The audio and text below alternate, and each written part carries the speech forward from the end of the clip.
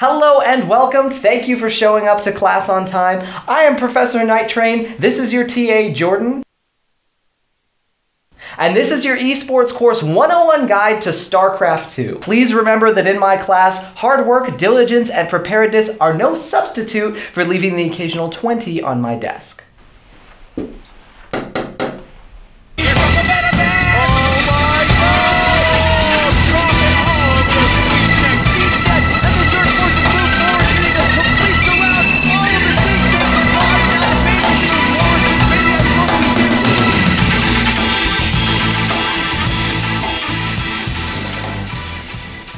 In this lesson, we'll be looking at the game Starcraft II, widely considered one of the biggest and most popular esports in the world. As this is a 100 level course, this video is designed for people with basically no prior knowledge or understanding of the game at all. If when I say 2 base immortal timing push with +2, and you haven't the slightest idea what that means, then this video is for you. Though seasoned gamers should note, these videos are very much designed with non-gamers in mind, making them great for spouses, significant others, parents, or really smart pets.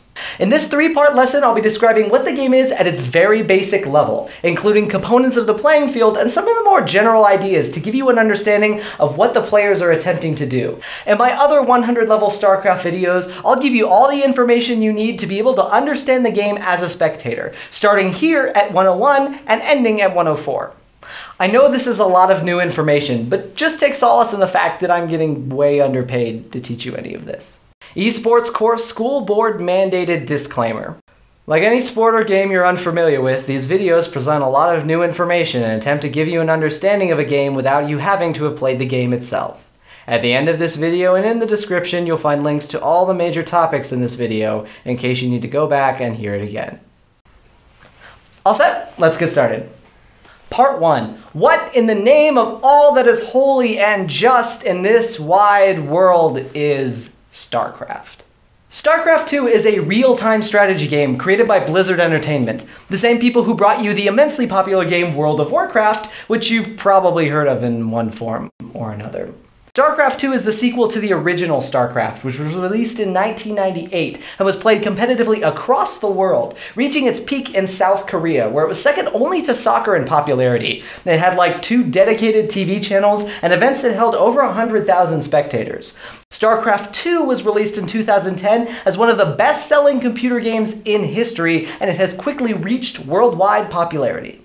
At its core, Starcraft is best compared to a illegitimate lab-created mutant hybrid child of 2 games you've actually probably heard of: chess and poker. Much like chess, Starcraft II takes place on a playing field and is most commonly played in a 1 versus 1 battle-to-the-death type setting, with multiple different pieces that interact with the board and other pieces in diverse ways. Similar to poker, Starcraft II is also about playing with incomplete information. It also involves combinations of pieces that beat one another, like how a 3 of a kind beats a full house.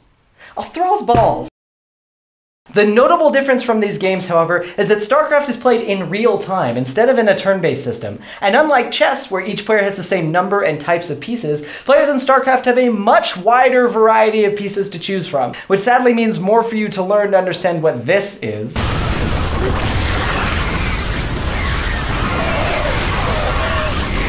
But giving the game much more depth and competitive possibility. On top of having to know how all of the different pieces work, Starcraft II, like many other esports, requires control over the hands and fingers pretty much comparable to that of a concert pianist, with most professional Starcraft II players making 200 combined keystrokes and mouse movements a minute. That's like 3 to 4 actions a second. Starcraft II moves at a pretty quick pace, so a player's ability to think on their feet is frequently tested. Much like chess or checkers, a player wins a game of Starcraft II by defeating and destroying his or her opponent's pieces, using tactics and strategy to defeat them in glorious battle. Can I have my pen back? In one sentence, Starcraft can be described as a strategy game where 2 players pick from one of 3 sets of game pieces to use and select a battlefield. They then collect resources, create bases, build armies, and then attempt to defeat each other in army versus army combat. Simple, right? Yeah, not really, no, at all. Part 2, before a game starts. First, let's talk about the game pieces and playing field found in Starcraft.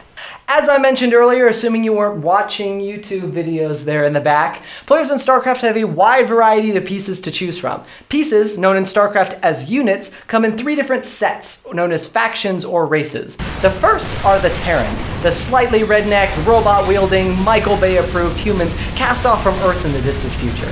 The second are the Protoss, telepathic high-tech aliens that spend eternity finding new and ever more creative ways to fight our third faction, the Zerg, swarming, mindless, mutating creatures that devour everything they touch in a way fairly reminiscent of a horde of teenage boys.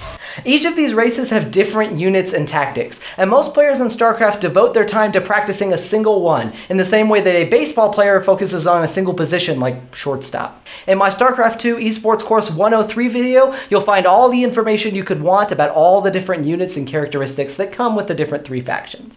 A game of StarCraft takes place on a digital battlefield of tiered heights, filled with cliffs, choke points, ramps, and resources that players can utilize. Unlike other games, StarCraft II has a wide variety of game fields to choose from, many of which vary pretty drastically from one to another, and often are designed by the players themselves. Game fields, known in StarCraft as maps, all contain 2 or more starting positions, usually found in the corners of the board where each player begins their game. Maps in StarCraft are functionally symmetrical, meaning the geography, resources, and layout are identical regardless of the player's starting position. Maps have a pretty large effect on the game itself, with players having to account for different distances, setups, and pathways that vary between map to map. Everybody get that? Yeah, I'm not being paid to reiterate, so let's move on. Part 3, elements of the game.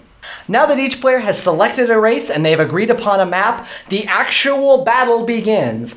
In order to understand what's going on, we're going to need to look at Professor Nighttrain's patented 4 essential elements of StarCraft: units, buildings, resources, and technologies. I wrote my dissertation on this, so pay attention. If you're someone who's played a real-time strategy game before, then you have my permission to sleep through the next 4 paragraphs.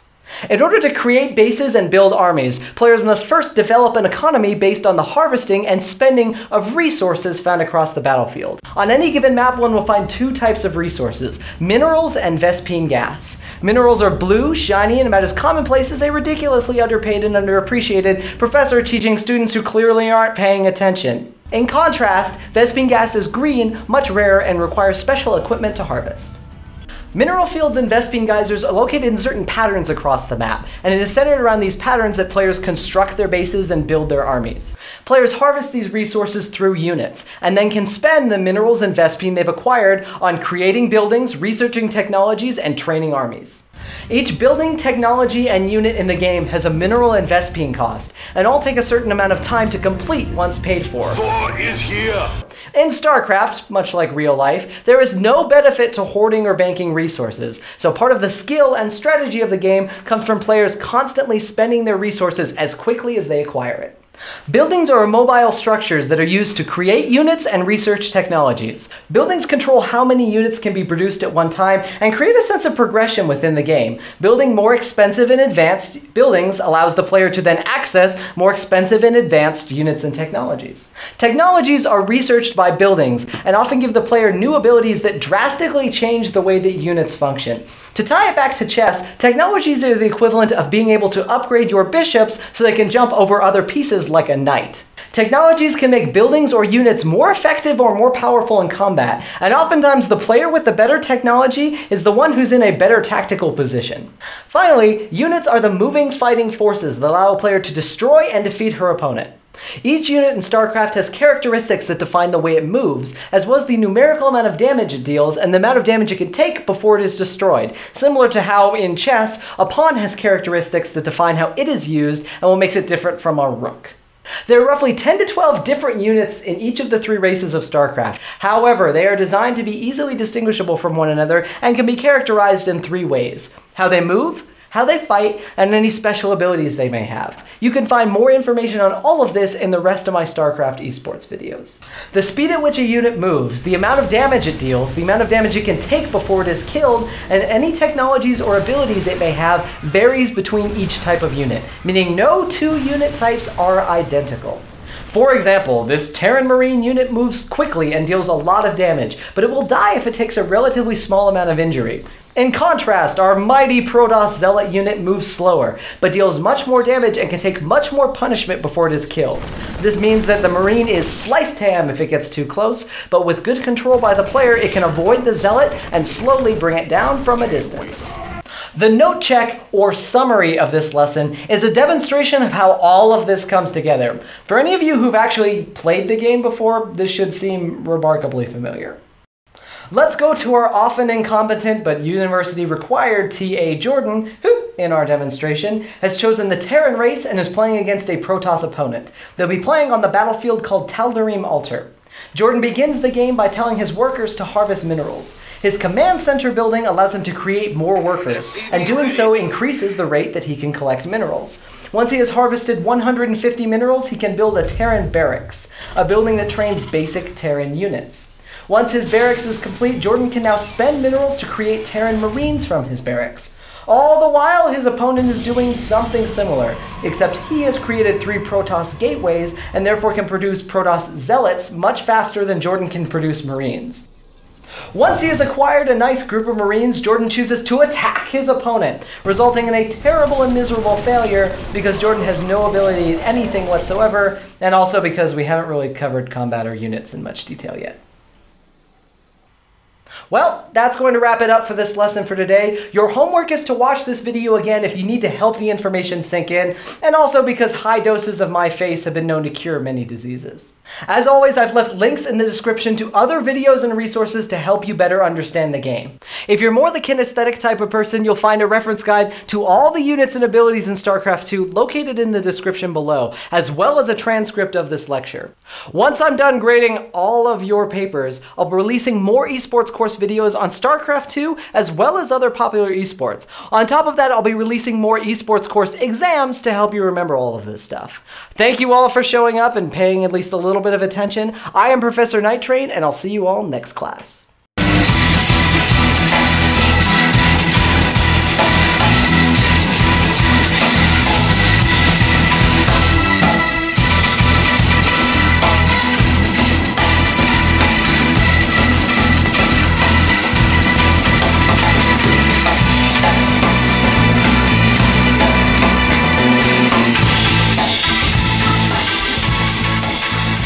They're looking good.